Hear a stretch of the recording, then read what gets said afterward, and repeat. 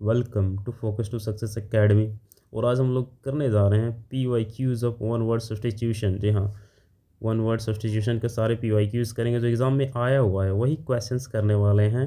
इसलिए बिना कोई टाइम वेस्ट किए हुए चलिए शुरू करते हैं। पहला क्वेश्चन आपके स्क्रीन पर, the pandemic deeply affected small business owners as they have no means of livelihood left, which option best highlight their situation. महामारी आई, जैसे कोरोना आई थी, उससे क्या हुआ, जो छोटे छोटे व्यापारी थे, बिजनेस के मालिक थे, ओनर्स थे, डीपली अफेक्ट हुए, मतलब पूरी तरह से प्रभावित हो गए, उनका धंधा चौपट हो गया। As they have no means of livelihood, अब उनके पास जीविका के लिए, लाइवलीहुड मतलब जीविका, रोजी रोटी के लिए कोई भी साधन नहीं है, कोई भी काम नहीं है।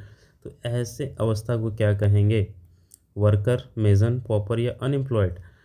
तो करेक्ट आंसर होगा अनएम्प्लॉयड, यानी अब उनके पास कोई काम धंधा नहीं है, वे बेरोज़गार हैं, दे आर अनएम्प्लॉयड।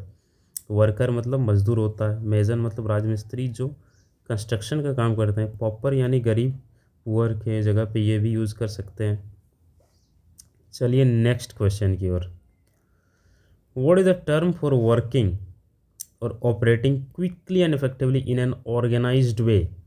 ठीक है, अगर कोई काम को ऑपरेट कर रहा है, बहुत तेज़ी से कर रहा है, इफ़ेक्टिवली एकदम अच्छे से कर रहा है, जिससे अच्छे रिजल्ट आ रहे हैं, इन एन ऑर्गेनाइज्ड वे, बहुत ही सही तरीके से कर रहा है, तो वहाँ पे कौन सा टर्म यूज़ करेंगे उस व्यक्ति के लिए, एफ्यूजिव, एक्सटेंसिव, एक्सीलेंट या एफिशिएंट। देखिए यहाँ पे आप कंफ्यूज हो जाएंगे, एक्सीलेंट भी हो सकता है, एफिशिएंट भी हो सकता है, लेकिन यहाँ पे क्योंकि इन एन ऑर्गेनाइज्ड वे कर रहा है, ठीक है, और क्विकली भी कर रहा है, दोनों एक साथ कर रहा है, इसलिए यहाँ पे करेक्ट आंसर होगा एफिशिएंट। एफिशिएंट मतलब होता है कुशल, ठीक है, कम टाइम में अच्छा काम करना, ज़्यादा काम करना, उसको बोलते हैं एफिशिएंट।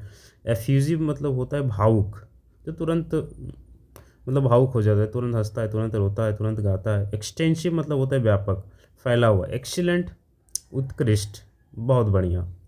चलिए नेक्स्ट क्वेश्चन की ओर। A person engage in training for space flight is known as. देखिए, जो अंतरिक्ष की उड़ान के लिए ट्रेनिंग ले रहा है, उसमें लगा हुआ इंगेज है, उस व्यक्ति को क्या कहेंगे, एस्ट्रोनॉमर, एट्रोसियस, एस्ट्यूट या फिर एस्ट्रोनॉट। करेक्ट आंसर होगा एस्ट्रोनॉट, अंतरिक्ष यात्री। ठीक है, जो अंतरिक्ष की उड़ान के लिए ट्रेनिंग ले रहा है, प्रशिक्षण ले रहा है, वैसे व्यक्ति को क्या कहेंगे, एस्ट्रोनॉट कहेंगे। ठीक है, एस्ट्रोनॉमर मतलब क्या होता है, खगोल शास्त्री, एक व्यक्ति जो खगोलीय पिंड और घटनाओं का अध्ययन करता है। एस्ट्रोनॉमर कहते हैं खगोलीय पिंड, यानी स्टार्स हो गया, सन हो गया, प्लैनेट्स हो गया, ठीक है, इसको खगोलीय पिंड बोलते हैं। तो उसका जो स्टडी करता है उसको एस्ट्रोनॉमर बोलते हैं। एट्रोसियस क्या होता है, भयानक, कुछ बहुत ही बुरा, क्रूर या भयावह। एट्रोसियस बहुत ही बुरा, क्रूर या भयावह।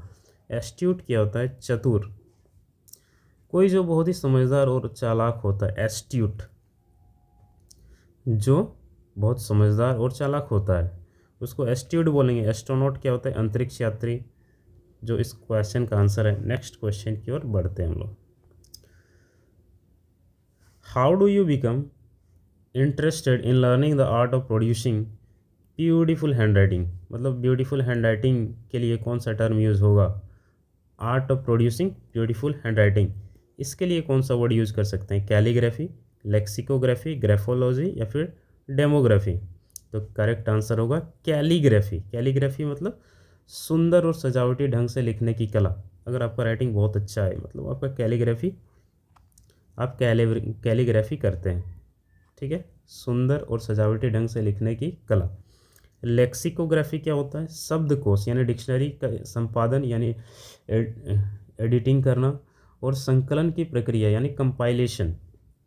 अगर कोई डिक्शनरी का एडिटिंग कर रहा है या फिर उसको कंपाइल कर रहा है, तो उसके लिए कौन सा टर्म यूज़ होगा, लेक्सिकोग्राफी। ग्राफोलॉजी क्या होता है, हस्तलिपि का अध्ययन, जिसमें व्यक्ति के व्यक्तित्व को समझने का प्रयास किया जाता है। ग्राफोलॉजी मीन्स जिसमें व्यक्ति के व्यक्तित्व को समझने का प्रयास किया जाता है। ठीक है, नेक्स्ट है डेमोग्राफी। डेमोग्राफी में क्या होता है, पॉपुलेशन का जो डेटा है उसका स्टडी, जैसे जन्म हो गया, मृत्यु हो गया, आयु हो गया, ठीक है, तो डेमोग्राफी में पॉपुलेशन के डेटा का स्टडी होता है। तो नेक्स्ट क्वेश्चन की ओर बढ़ते हैं हम लोग। देखिए है कैलीग्राफी, कितना सुंदर लिखावट है। नेक्स्ट क्वेश्चन आपके स्क्रीन पर,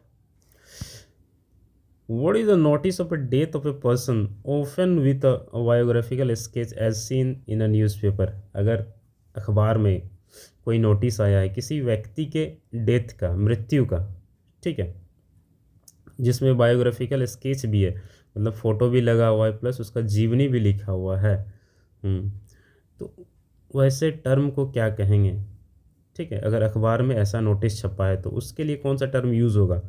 ऑबिचुअरी, एलिगी, ओब्लिवियन या फिर एडवर्टीजमेंट? देखिए आप यहाँ पे कंफ्यूज होइएगा, कई लोग एडवर्टीजमेंट मार देंगे, नहीं, एडवर्टीजमेंट नहीं होगा, यहाँ पे होगा ऑबिचुअरी। करेक्ट आंसर क्या होगा? ऑबिचुअरी। ठीक है, ऐसे भी इसको कनेक्ट कर सकते हैं कि अब ऑबिचुअरी मतलब अब बेचारा नहीं रहा, अब बेचारा नहीं रहा, ऑबिचुअरी। ठीक है, शोक समाचार इसका मतलब होता है एक व्यक्ति की मृत्यु की सूचना जो अक्सर उनके जीवन के संक्षिप्त विवरण के साथ अखबार में प्रकाशित होता है। हाल ही में हमारे actor, veteran actor Dharmendra ji नहीं रहे, ठीक है, इन्होंने बहुत अच्छी अच्छी मूवीज़ करी थी, जैसे शोले बहुत यादगार मूवी है, तो ये भी ध्यान दीजिएगा। ठीक, धर्मेंद्र पाजी अब नहीं रहे, तो इनका भी ओबिचुअरी छपा होगा न्यूज़पेपर में। एलिगी मतलब होता है विलाप कविता, एक प्रकार की कविता जो किसी की मृत्यु या हानि पर शोक प्रकट के लिए लिखी जाती है। एक पोएम जो एलिगी मतलब क्या होता है? एक प्रकार का पोएम है, जब कोई मर जाता है तो उसका शोक को प्रकट करने के लिए लिखा जाता है। ऑब्लिवियन क्या होता है? भूलने की अवस्था, ऐसी स्थिति जब कुछ या कोई भुला दिया जाता है, मतलब कुछ भूल जाते हैं या कोई सिचुएशन, ऐसा सिचुएशन जब हम कोई चीज़ भूल जाते हैं, ध्यान से बाहर हो जाता है, तो ओब्लिवियन टर्म का यूज़ करेंगे। एडवर्टीजमेंट तो आपको पता ही है, विज्ञापन। ठीक है, किसी उत्पाद, सेवा, घटना को बढ़ावा देने के लिए सार्वजनिक रूप से प्रसारित सूचना, एडवर्टीजमेंट पेपर में तो आजकल आता ही है। नेक्स्ट क्वेश्चन की ओर बढ़ते हैं हम लोग। A person who doesn't exist, sorry, a person who believes that God doesn't exist is non is, ठीक है, एक ऐसा व्यक्ति जो यह मानता है कि ईश्वर है ही नहीं, ईश्वर एग्जिस्ट करता ही नहीं, तो उसको क्या कहेंगे? हेडोनिस्टिक, एथियस्ट, फैनेटिक या फिर एपिक्यूरियन? तो करेक्ट आंसर हो जाएगा एथियस्ट। एथियस्ट वो व्यक्ति है जो ईश्वर के प्रेजेंस को मानता ही नहीं, कि ईश्वर है ही नहीं, तो ऐसे पर्सन को बोलेंगे एथियस्ट। और जो ईश्वर को मानता है उसको क्या बोलेंगे? उसको बोलेंगे थियस्ट, TECHIST, मतलब ए हटा देंगे तो हो जाएगा ईश्वर को मानने वाला। आस्तिक, एक वर्ड में बोल सकते हैं आस्तिक, जो नहीं मानता उसको क्या बोलेंगे? नास्तिक। करेक्ट है। अब देखिए ऑप्शंस का मीनिंग देख लेते हैं। हेडोनिस्टिक क्या होता है? वह व्यक्ति जो सुखवाद में विश्वास करता है, मतलब जीवन जो मिला है उसका एक ही पर्पस है भाई, कि हमें जो है आनंद से रहना है, सुख प्राप्त करना है, तो वैसे व्यक्ति को बोलते हैं हेडोनिस्टिक। एथियस्ट देख लिए हम लोग, नास्तिक व्यक्ति जो ईश्वर को नहीं मानता है। फैनेटिक, कट्टरपंथी, फैनेटिक मतलब कट्टरपंथी, वो व्यक्ति जो किसी विचारधारा या विश्वास के प्रति अंधभक्त होता है, आमतौर पर बिना तार्किक आधार के, मतलब बिना लॉजिक के वो किसी चीज़ पर बिलीव करता है और उसी चीज़ को सच मानता है, फैनेटिक उसको बोलता है, फैनेटिक। आसपास बहुत ऐसे आदमी देखेंगे, इस वर्ड को याद कर लीजिए, ठीक है, फैनेटिक। इंडिया तो फैनेटिक से भरा हुआ है, कोई लॉजिक नहीं, बस मान रहे हैं। एपिक्यूरियन, एपिक्यूरियन क्या होता है? वो व्यक्ति जो इंद्रियों के सुख और भौतिक आनंद को महत्व देता है, आमतौर पर संयमित तरीके से। देखिए एपिक्यूरियन क्या होता है? जो इंद्रियों के सुख, यानी उसको खाना पीना सोना, भौतिक आनंद यानी फिजिकल प्लेजर पे वो बिलीव करता है, ठीक है, ऐसे व्यक्ति को हम लोग बोलेंगे एपिक्यूरियन। चलिए अगले क्वेश्चन की ओर। One who settles in another country, जो दूसरे देश में जाके बस जाए, उसको क्या बोलेंगे? ट्रेवलर, रेसिडेंट, रेफ्यूजी या फिर immigrant? The correct answer is immigrant बोलेंगे, जो दूसरे देश में जाके बस जाए। ट्रेवलर मतलब होता है यात्री, रेसिडेंट मतलब होता है निवासी, वो व्यक्ति जो किसी विशेष स्थान पर रहता है। रेफ्यूजी यानी होता है शरणार्थी, एक व्यक्ति जो युद्ध, उत्पीड़न या प्राकृतिक आपदाओं के कारण अपने देश से भागकर दूसरे देश में शरण लेता है। मतलब एक देश में प्रॉब्लम हो गई तो वो दूसरे देश में चला जाएगा रहने के लिए, उसको बोलते हैं रेफ्यूजी। इमिग्रेंट होता है प्रवासी, ये व्यक्ति जो अस्थायी रूप से किसी अन्य देश में जाके बस जाता है परमानेंटली, उसको बोलते हैं इमिग्रेंट। नेक्स्ट क्वेश्चन आपके स्क्रीन पर, what is the study of science of insect, कीड़े मकोड़ों यानी कीट पतंगों के विज्ञान के अध्ययन को क्या कहते हैं? माइक्रोबायोलॉजी, एंथ्रोपोलॉजी, इकोलॉजी या फिर एंटोमोलॉजी? करेक्ट आंसर होगा एंटोमोलॉजी। एंटोमोलॉजी मतलब जिसमें हम लोग इंसेक्ट्स के साइंस को स्टडी करते हैं, ठीक है। कीट पतंगे जो भी कीड़े मकोड़े हैं उसके विज्ञान का अध्ययन को हम लोग बोलते हैं एंटोमोलॉजी, ठीक है। माइक्रोबायोलॉजी क्या होता है, इसमें क्या होता है, बैक्टीरिया, वायरस, फंगस, प्रोटोजोआ, ये सब का इसमें स्टडी करते हैं, ठीक है।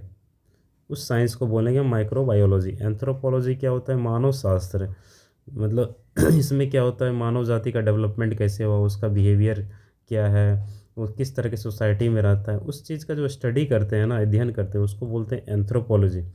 इकोलॉजी क्या होता है, पर्यावरण विज्ञान, ठीक है।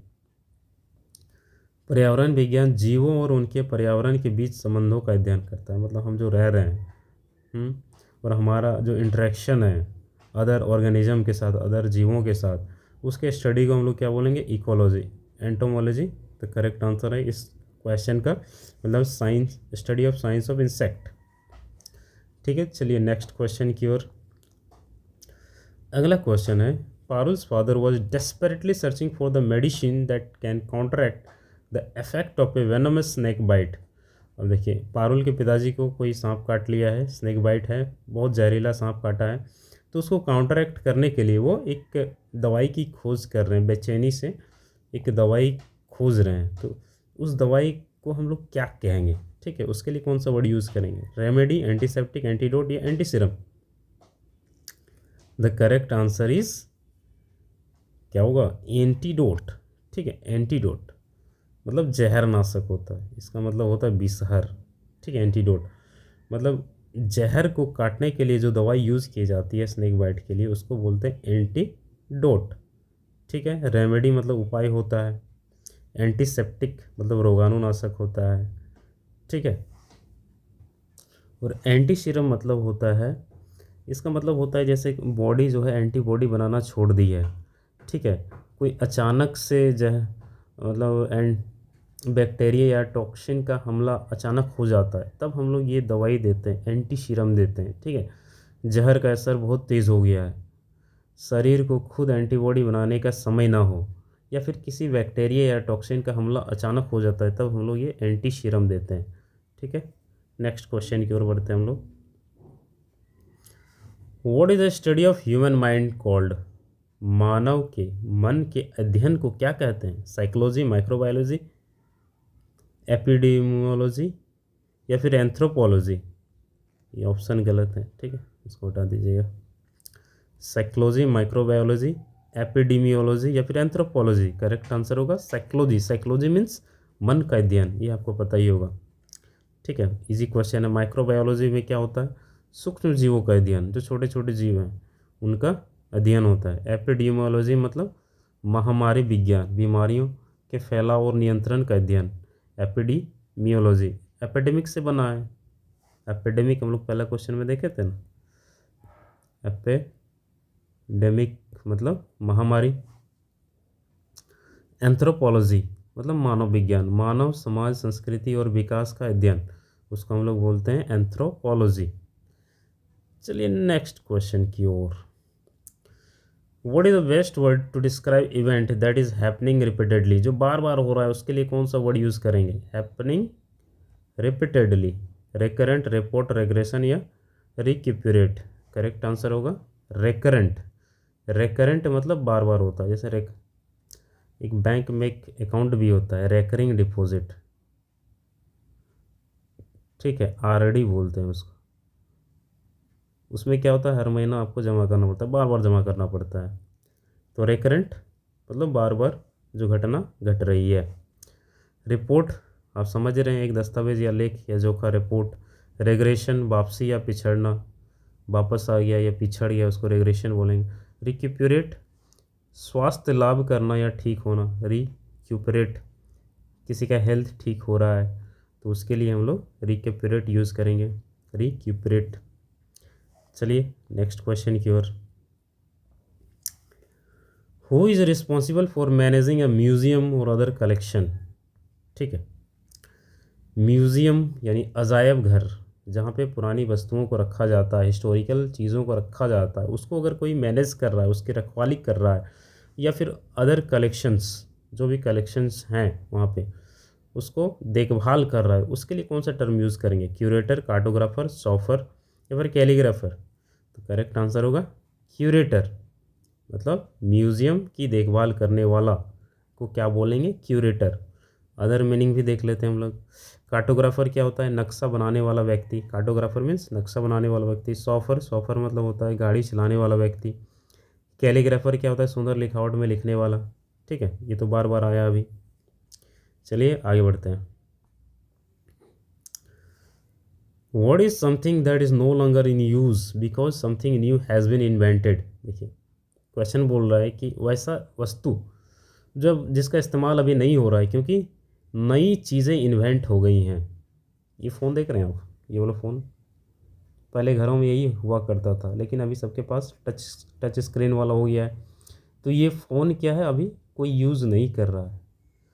तो ऐसे वस्तुओं के लिए टेप रिकॉर्डर है। ठीक है, तो ऐसे वस्तुओं के लिए ये जो फिगर में आप चीज़ें देख रहे हैं, तो ऐसे वस्तुओं के लिए कौन सा टर्म यूज़ करेंगे, कौन सा वर्ड यूज़ करेंगे? ऑर्नामेंटल, ऑब्सोलिट, क्लासिक या एंशियंट। यहाँ पे एंशियंट नहीं होगा, यहाँ पे क्या होगा? ऑब्सोलिट होगा। मतलब अब इसका यूज़ ही नहीं रहा क्योंकि नया चीज़ खोज लिया गया है। ऑर्नामेंटल मतलब क्या होता है? सजावट के लिए उपयोग किया जाने वाला। ऑब्सोलिट, यही करेक्ट आंसर है कि नई चीज़ खोज ली गई है तो अब जो पुरानी चीज़ें हैं उसका प्रयोग बंद हो गया है, दैट इज़ ऑब्सोलिट। जो अब उपयोग में नहीं है यह पुराना हो गया है। क्लासिक, उत्कृष्ट या उच्च गुणवत्ता वाला, जो समय की कसौटी पर खरा उतरा है, मतलब जिसका क्वालिटी अच्छा हो। ठीक है, हर टाइम ये यूज़ हो रहा हो, उसको बोलते हैं क्लासिक। प्राचीन, एंशियंट जो बहुत पुराना है, इतिहास के प्राचीन समय से संबंधित, एंशियंट। चलिए आगे बढ़ते हैं। Next question. What is the term for the pretense of having a virtuous character, moral or religious beliefs or principles that one doesn't truly possesses। देखिए बहुत इंटरेस्टिंग है। बोल रहा है कि मान लीजिए कोई ऐसा व्यक्ति है जो ये प्रिटेंस कर रहा है, मतलब दिखावा कर रहा है कि वो गुणवान है, चरित्रवान है, नैतिक गुणों से भरपूर है और धार्मिक मान्यताओं को मानता है, लेकिन और सिद्धांतों को मानता है, परंतु ऐसा कोई गुण हकीकत में उसके पास नहीं है, वो बस दिखावा कर रहा है। तो वैसे व्यक्ति के लिए कौन सा टर्म यूज़ करेंगे? गलिबिलिटी, श्रीवडनेस, नेविटी या हिपोक्रेसी। तो करेक्ट आंसर होगा हिपोक्रेसी। हिपोक्रेसी की भी सीमा होती है। आप ये इमेज देखिए, ये व्यक्ति है कुछ और दिखाना कुछ और चाह रहा है, दैट मीन्स हिपोक्रेसी कर रहा है भाई। हिपोक्रेसी की भी सीमा होती है, मोदी जी कहते हैं, मीम भी बहुत चलता है। अदर वर्ड्स का मीनिंग देख लेते हैं। श्रीवडनेस, श्रीवडनेस मतलब होता है चालाकी या चतुराई, श्रीवडनेस वो लोमड़ी वाली चालाकी। ठीक है, नेविटी मतलब होता है सरलता या भोला होना, एवं नेव है, सरल है। गलिबिलिटी, आसानी से धोखा खा जाने की प्रवृत्ति, जिसको आसानी से धोखा दिया जा सके उसको क्या बोलते हैं? गलिबिलिटी। गलिबियल है, ठीक है, जिसको आसानी से कोई भी धोखा दे जाता है। फिर से एक बार रिपीट कर देता हूँ। श्रीवडनेस मतलब चालाकी या चतुराई, लोमड़ी वाली चालाकी। ठीक है, गलिबिलिटी, गलिबिलिटी मतलब होता है जिसको आप इजीली कोई भी मतलब धोखा दे जाता है, उसको बोलते हैं गलिबिलिटी, कैरेक्टर है उसका। और जो क्वेश्चन था कि दिखावा कर रहा है, प्रिटेंस कर रहा है कि वो जो है बहुत ही चरित्रवान है, नैतिकवान है और धार्मिक मान्यताओं को मानने वाला है, सिद्धांतों को मानने वाला है, ठीक है, गुणवान है, लेकिन उसके पास वैसा कोई गुण नहीं है। तो वैसे व्यक्ति के लिए हम लोग टर्म यूज़ करते हैं हिपोक्रेसी। ठीक है, ओके, थैंक यू। आज इतना ही रखते हैं, फिर मिलते हैं नेक्स्ट सेशन में। वो सारा PYQs मैं कराऊँगा, ठीक है। सब्सक्राइब नहीं किए तो सब्सक्राइब कर लीजिए, लाइक करिए, शेयर करिए वीडियो को, ताकि औरों को भी फ़ायदा हो। Thank you, bye bye.